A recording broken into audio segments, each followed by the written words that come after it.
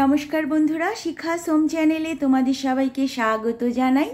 আশা করি সবাই ভালো এবং সুস্থ আছো।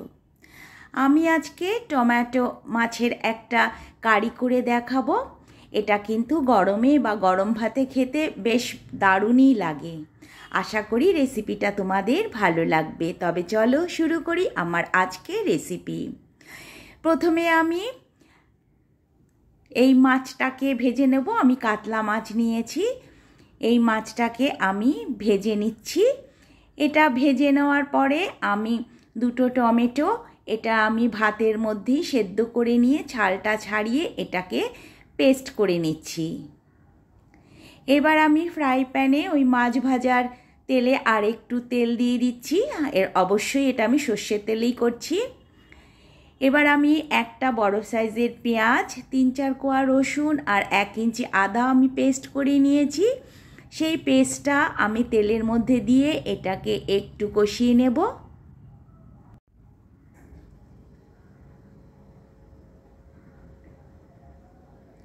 এটাকে ভালো করে কষিয়ে নেওয়ার পরে আমি ওই টমেটো পেস্টটা এর মধ্যে দিয়ে দিচ্ছি।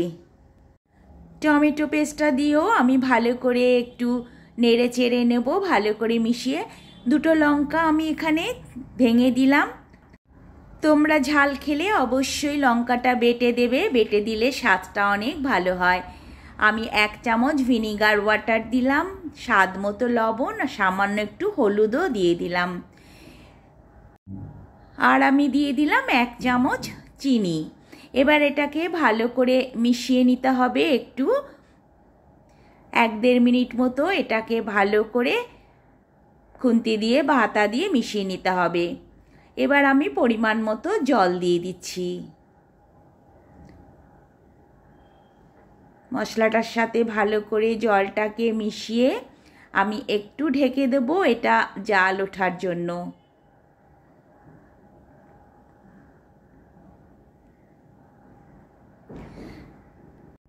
জাল উঠেছে। এবার আমি এর মধ্যে 1 চামচ আমি কর্নফ্লাওয়ার গুলে দিয়ে দিচ্ছি একটু জল দিয়ে। আবারও ঝোলটাকে একটু আমি নেড়ে চেড়ে নিচ্ছি।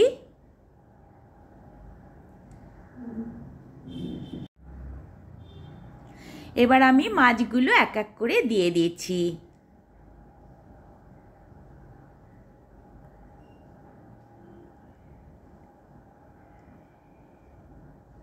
খুবই টেস্টি একটা রেসিপি। টমেটো খাওয়াও যেমন উপকারী, তেমন গরমে টমেটোর ঝোলটা খুব ভালোই লাগে।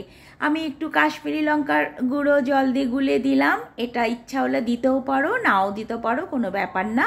একটু কালারটা ভালো আসার জন্য আমি একটু কাশ্মীরি লঙ্কার গুঁড়ো জল দিয়ে গুলে দিয়ে দিলাম। আমার এটা একদম রেডি। আশা করি রেসিপিটা তোমাদের ভালো লাগবে। ভালো লাগলে অবশ্যই আমাকে কমেন্টে জানাবে।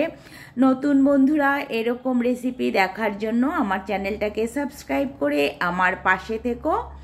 আশা করি এই রেসিপিটা বাড়ির সবাইকে বানিয়ে খাওয়াবে। তবে আজকে আসি। সবাই ভালো থেকো, সুস্থ থেকো। টাটা।